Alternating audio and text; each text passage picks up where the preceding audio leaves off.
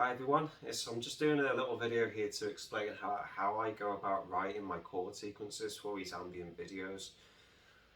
So I've had some people question me over the chord sequences in my black metal arrow video, the little chord sequence that I used at the beginning, as well as people asking if I know theory and things like that. The short answer is yes and no. So I'm not sure if that helps. So I'm a self-taught guitarist, so I have gaps in my knowledge when it comes to theory. I just kind of know what works for me, and obviously I'm still looking to embellish on that knowledge as well. So first of all, I'll go over the chord sequence that I used in the Black Metal Arrow video. Very simply, it's a basic, well, B flat minor chord sequence. This guitar is tuned to E standard, so it's not going to sound exactly the same, but the same principles are going to apply. So we'll start with the first chord, which was very simply, it's E minor 7, add 9. So we've got this here. I do like to add the A on top, which is the 4th, and that kind of gives this kind of like an ethereal kind of sound.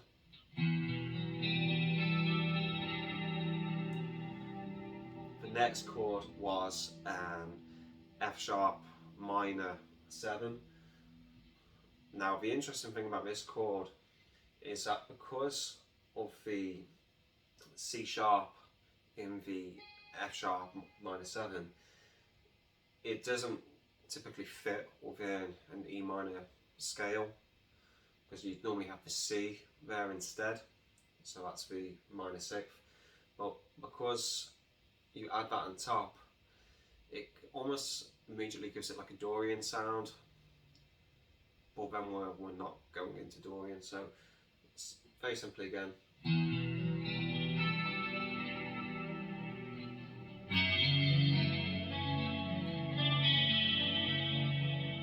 I always like to throw these little embellishments on top. Then we've got a C major 7.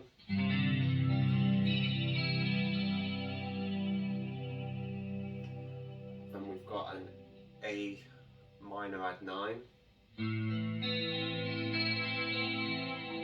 with a little bass war down.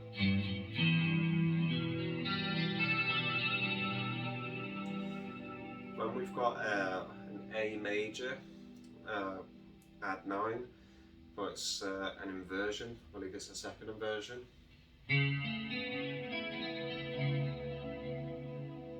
So it gives us the idea that we're going somewhere. So another C major 7, sorry, C major 7.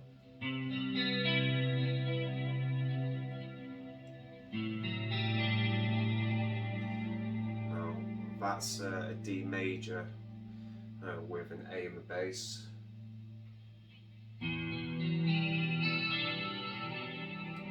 Back to the original note, we have this chord here.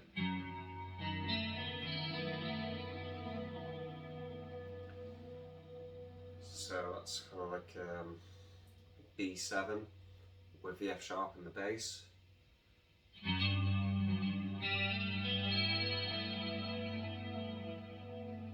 So we've got a G major there with the 9th on top.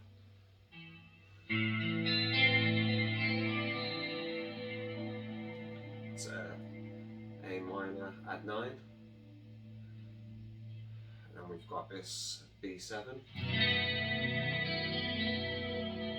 And I've got the 5th in the bass, which is the F sharp, and it gives us this fuller sound. I'm going to use the same again for this C major 7.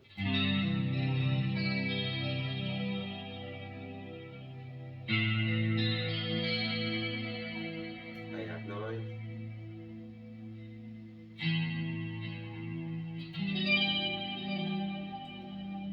Now this looks like a large chord, but it's essentially an E minor 7 with a 9th on top, and I'm just adding the minor seventh and the minor third on top to make it just sound bigger.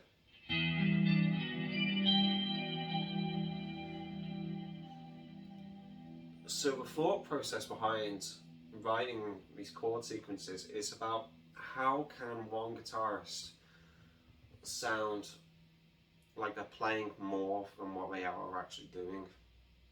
So it sounds like you're kind of like filling up space. And the main thing for me is finding colour.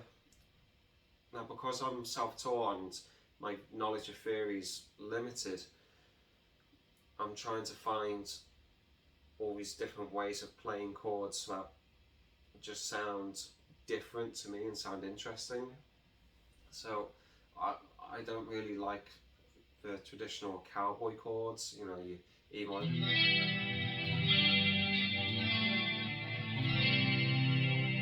I mean, they have their place, but it's not something I like to do, and it's been done. So there's certain chord sequences that I like to use. So I like this chord a lot. So this is an E minor 7 at 9,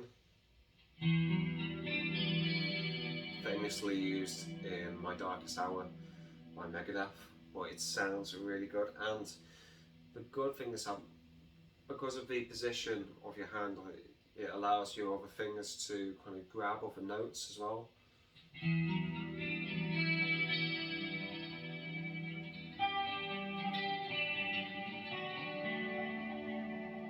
Stuff like that. Very John Sykes-esque, or this kind of sliding chord. Stuff like that. Now, I'm a big fan of modes as well, so I like to move around using different modes, especially like doing chromatic passages. It's really good to get from one chord to another or change keys as well. So I like to borrow notes from other chords. So if we'll look at this little sequence. We'll stay in E minor.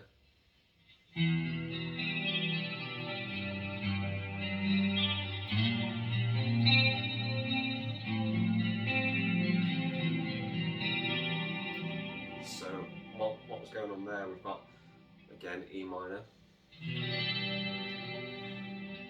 We've got this G here. Then I go to B flat.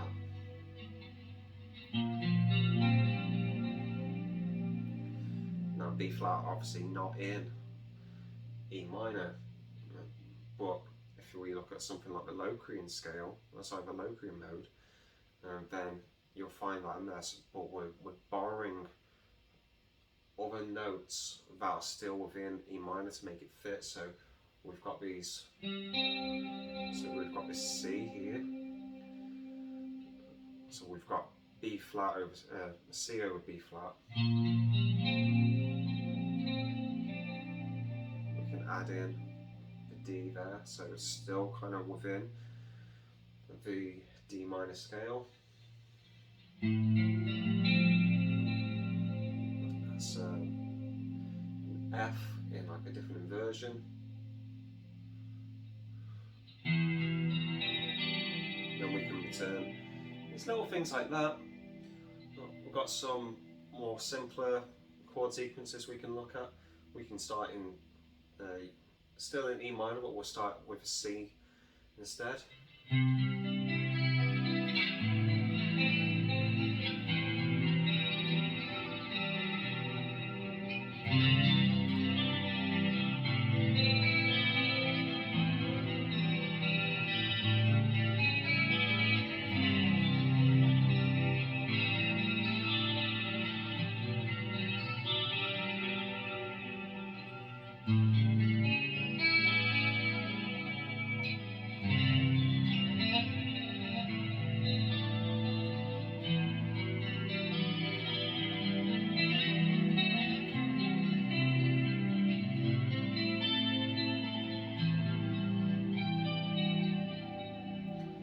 So there we're only utilising 3 chords, but it sounds like there's a lot more going on. So we're simply going from C to A to E, but we're finding different ways of making those chord voicings speak. So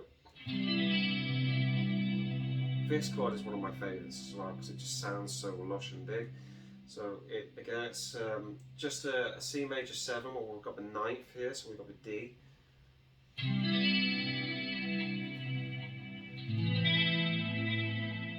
Same thing again with the A minor. It's A minor 7 at 9. Back down to the E minor there. We've got various different ways of making an E minor that sound more colourful and alive. We've got this one here.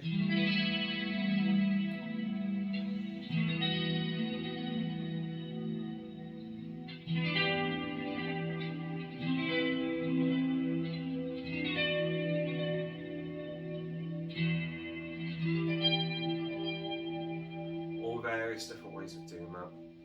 Let's use a different key. Let's use A. We use A major.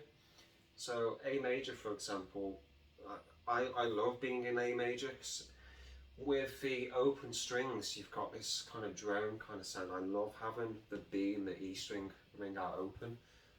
It gives us this kind of dreamy sound.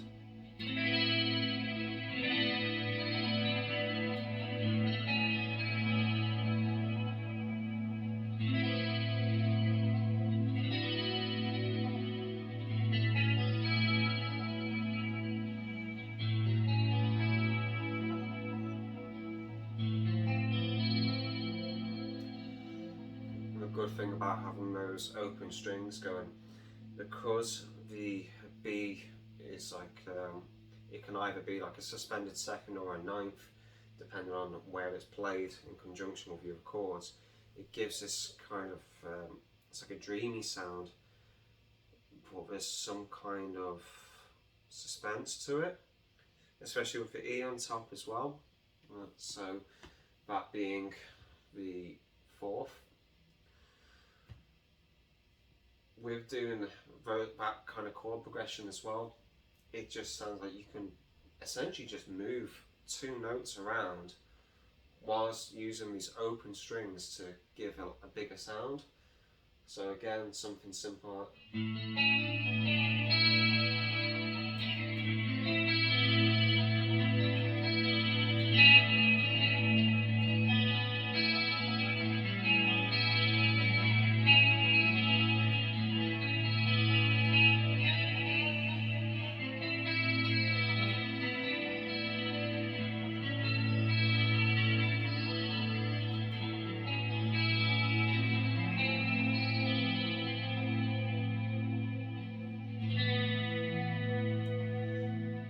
Great thing about these kind of chord progressions is that they really lend themselves well to playing rock and metal. So the same kind of thing, you can instantly turn a simple riff like that into something that sounds like there's more going on.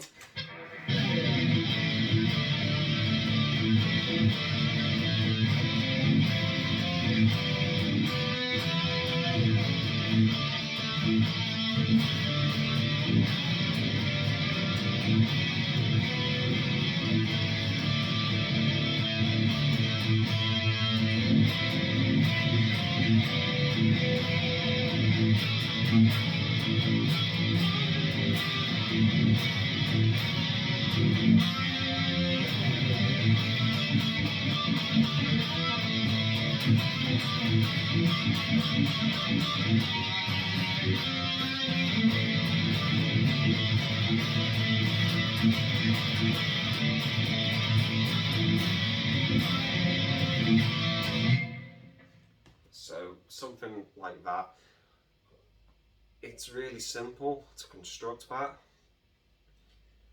and the only other part that's left is just how you want to make the rhythm up. So I hope this little demonstration's kind of helped in a way. So just to recap, the main thing for me is to look at modes and look at how they apply to chord sequences. after that point, it's then just picking different notes to create a bigger palette for the chords that you want to play over. The main thing for me is my minor seventh, major sevenths, my ninths, my sus4s, and my sixths as well. So they're really useful tools. So if you want to look into this any deeper at all, like guys I like to watch are like Rick Beato and Ben Eller. They're really great for like breaking down songs. Rick especially, like in terms of the explanation as to why a song's written a certain way, and that's where I get a lot of my inspiration from. Like he covers a lot of like 80s music, 70s music, and everything in between, and it's actually figuring out what is going on in those songs that make everything more special.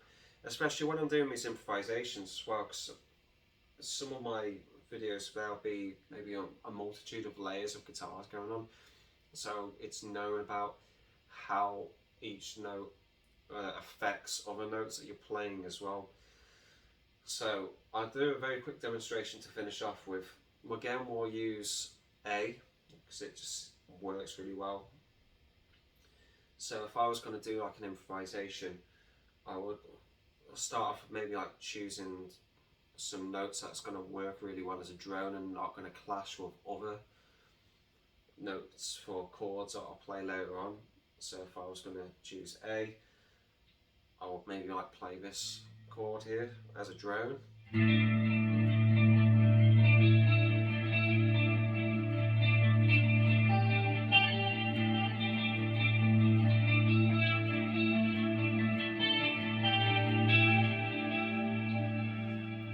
So there we've got my minor seventh,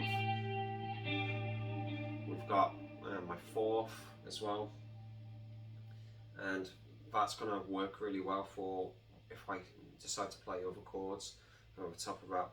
So if we use the looper again for this, so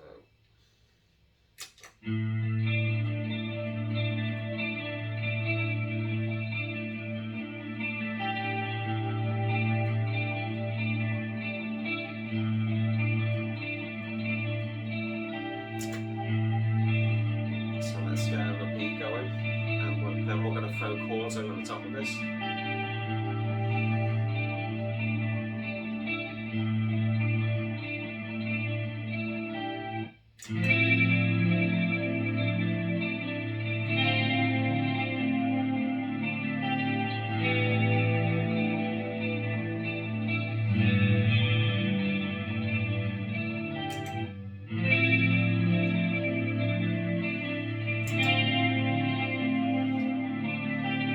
So we've got our two layers now, and let's improvise a little.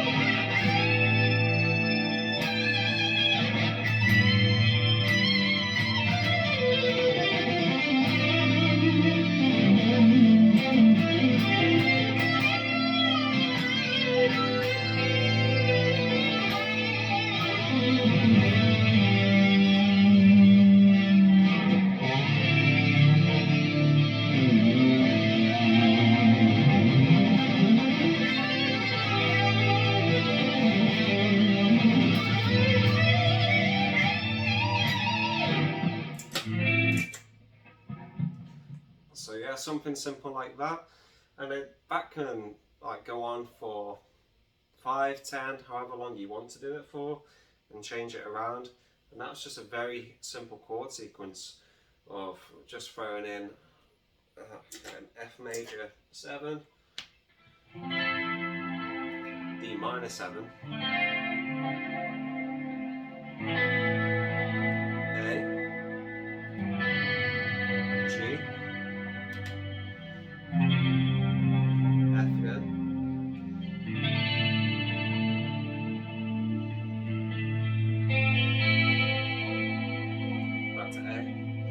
So I hope this video's helped. I'm sorry if I've waffled on a little bit too much, but if you've got any questions at all, leave them in the comments and I'll try my best to reply to you. Thank you.